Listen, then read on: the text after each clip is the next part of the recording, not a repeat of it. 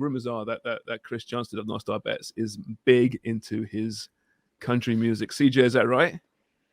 I'll say this. When I'm in Nashville, I'm into it. I don't spend a lot of time listening to country music on my own time, but when I'm here, I do appreciate the live music you get in all the establishments. So I like being here. I think it's one of those genres of music that live it is pretty cool, but beyond live it's just atrocious. But moving on, award ceremonies. You a fan of them, CJ? Before we were talking about them, and I'm not a fan of individual award galas for team sports. So obviously you have to be down there, you have to cover it to a certain degree. But do you buy into the importance of them? Well, the ceremony itself is pretty forgettable. In fact, I've been to a number of these, I don't know, 10, 15 over the years, and I can't barely tell you a notable moment from any of them. But, I certainly don't have any issue with the awards themselves. I take a lot of pride in getting to vote on those each year, and obviously take that very seriously when I'm trying to decide on who's the Hart Trophy winner, Norris Trophy winner, and the like. But you're right, the gala itself, I don't think a lot of people are watching on TV in June, and if they just did away with it, I'm sure other than a few sponsors, I don't know if anyone else would notice. Yeah, I'm with you 100%. It's all about the draft anyway. On Wednesday, obviously Connor Bedard to Chicago, done, sealed. It's going to happen. Do you expect any shenanigans after the Bedard pick, as far as picks being moved in trades? Well, I don't know that we're going to see any of those picks moved in trades. It just they're too valuable. The teams have had to suffer through such a difficult year to be picking second, third, fourth, fifth.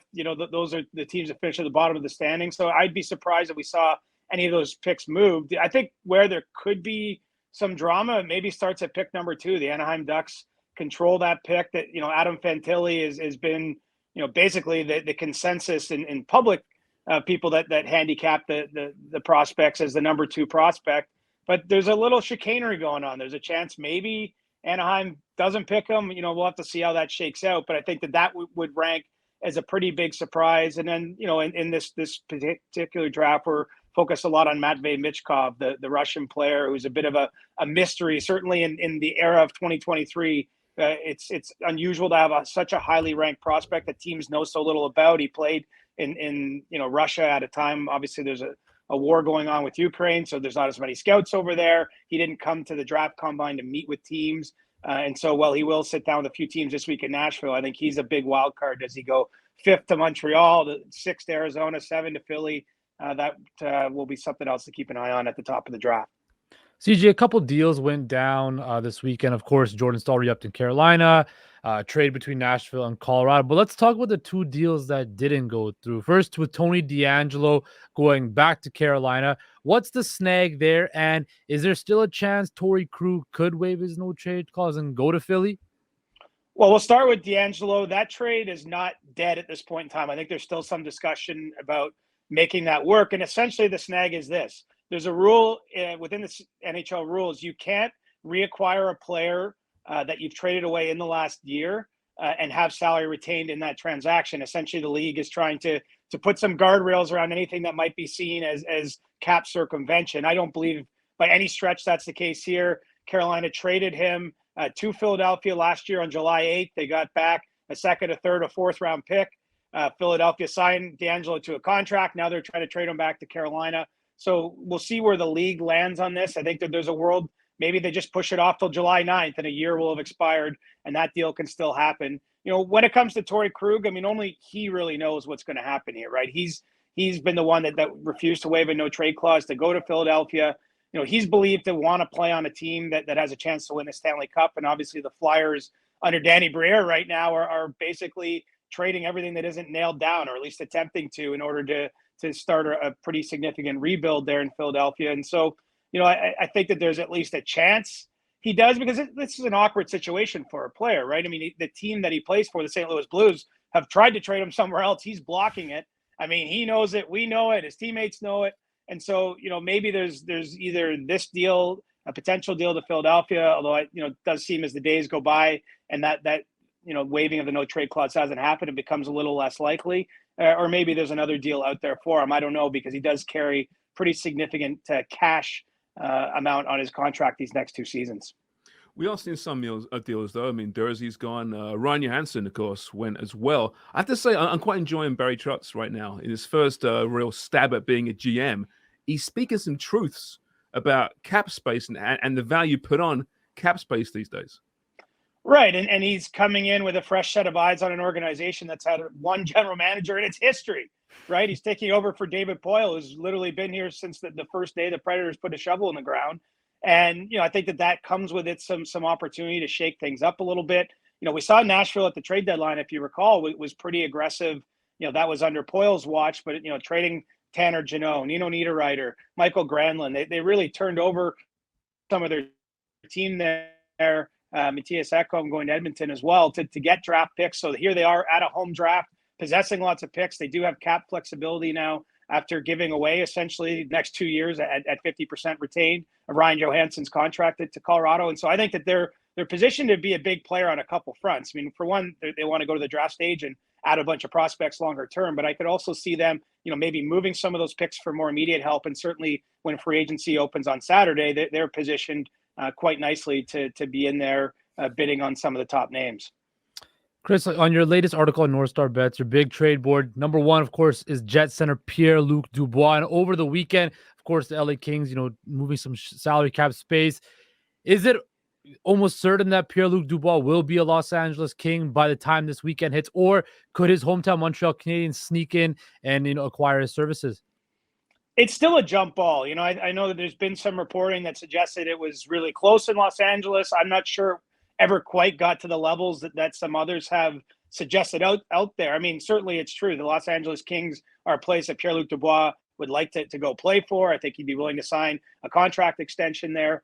But, I don't think that the trade got to a point where everything was worked out and it's just a matter of ironing those details out. And now it seems as though Montreal has circled back here to see if there's a deal to be made. And where this has always been a little strange for the Canadiens is Pierre-Luc Dubois, it's no secret, and it's been no secret, he'd love to play in his hometown. He's 1 year out from unrestricted free agency. And next season, I don't think the Montreal Canadiens are counting on being a Stanley Cup contender. And so, they have to sort of go through the value proposition of, are they giving up a lot of assets now to maybe get a player who becomes free next summer and can just come and sign for them for the cost of the contract versus them having to give up those assets. But it does seem as though at least the Canadiens are taking another stab at having discussions with the Jets, seeing if they can find something. And so I would say don't get too far ahead of yourself because this one is far from at the finish line. Mind you, he's doing a good job being seen in Montreal right now. Any possible venue with a camera, he's being seen. So I give him a lot of credit for that. I quite enjoy that. And he was with Cole Caulfield. I noticed PK Subban and others at the F1 race there a week or so ago. Yeah, exactly. How do you really feel? Do you really want to go there? Calgary, right now, all eyes are on Calgary, and it could be a rough couple of years for the Flames with all players potentially walking for free, potentially. What is the issue with playing in Calgary? It's a good town, nice part of the country, good history with the club.